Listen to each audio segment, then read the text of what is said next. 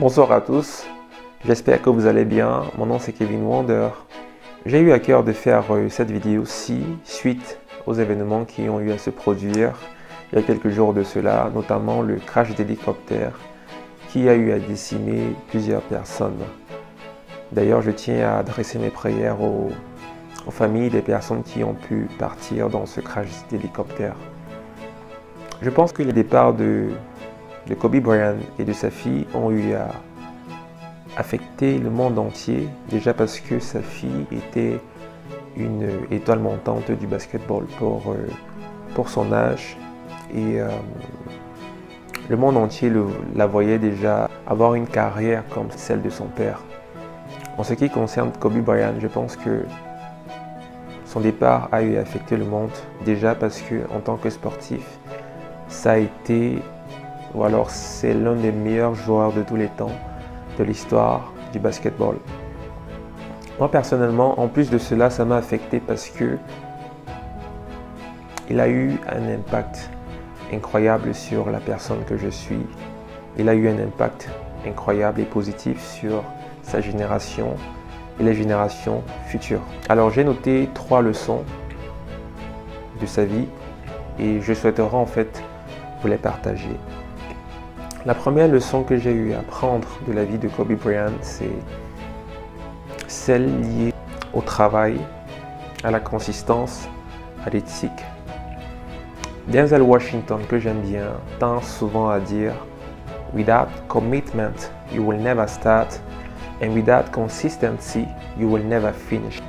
Je pense que Kobe Bryant a été un exemple, un modèle de travail, de consistance et d'éthique. Nous avons tous eu à entendre ces histoires en fait qui disaient que Kobe Bryant, il venait 2 heures avant l'entraînement collectif de son équipe. Il passait son entraînement, il restait après l'entraînement collectif pour travailler. Je pense qu'il a eu à comprendre en fait que pour être ce que personne n'est, tu dois faire ce que personne ne fait. Il a eu à comprendre que le talent sans le travail obligera au travail à s'en passer du talent. Parce que nous savons tous que Kobe Bryant a été quelqu'un d'extrêmement talentueux, mais il ne s'est pas limité à laisser ce talent-là brut. Il a décidé de travailler ce talent, il a décidé de déguiser son arme, il a décidé de révéler qui il était réellement, il a décidé de révéler le génie qui dormait en lui. Pour moi, la discipline en fait met en avant 2 principales choses. La première des choses, c'est la définition des objectifs, la définition de ce qu'on veut faire, la définition de l'endroit où on veut aller, la définition de sa vision. Quelqu'un a eu à dire d'ailleurs que sans définition, il y aura la déviation. Si tu ne définis pas où tu vas, forcément tu ne vas aller nulle part. Le deuxième élément qui entre dans la discipline, c'est le respect de la définition qui a été faite préalablement. Et justement, nous savons tous que Kobe Bryant était quelqu'un qui était très carré sur ce qu'il avait à faire, sur la manière avec laquelle il devait faire ces choses-là, ce qu'il avait décidé de faire. Le deuxième élément qui me revient à l'esprit en pensant à Kobe Bryant, c'est l'état d'esprit. Et tout sportif sait bien que il a laissé en fait une signature relativement en fait à son état d'esprit qu'on appelle Mamba Mentality, qui est un état d'esprit de conquérant, un état d'esprit de vainqueur. En fait, à chaque fois que Kobe Bryant il entrait sur un terrain de basket, il se disait toujours que I'm going to beat them all, qu'il va dévaster le terrain, qu'il va dévaster ses adversaires, parce que préalablement il travaillait énormément et forcément quand tu travailles, le travail en fait en sorte que tu gagnes en confiance en soi.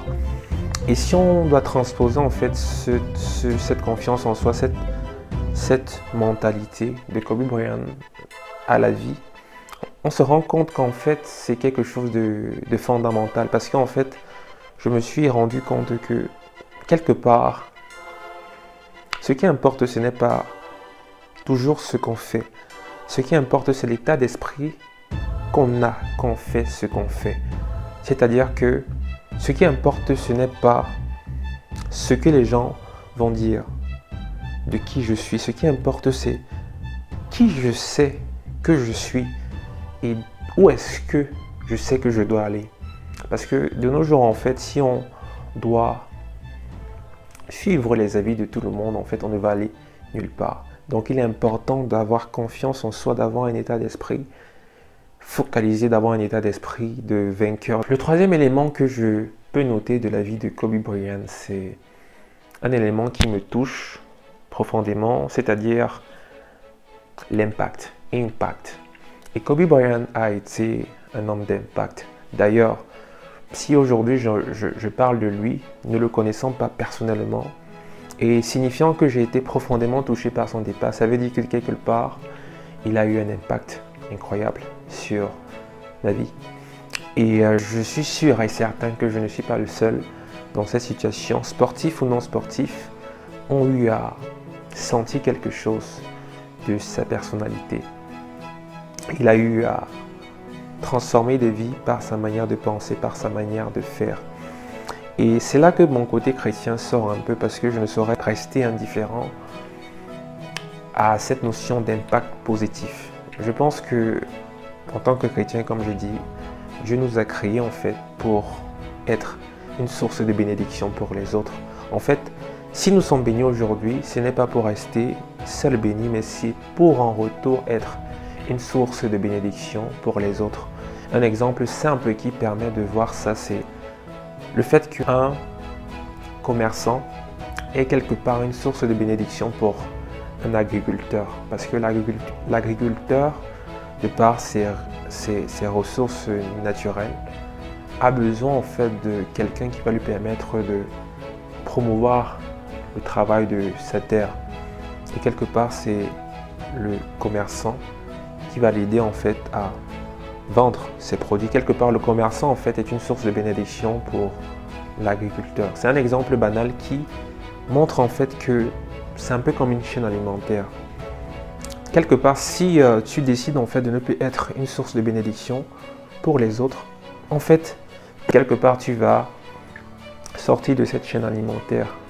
Et quand je parle de source de bénédiction, je ne vois pas forcément quelque chose de matériel, je ne vois pas forcément quelque chose de financier.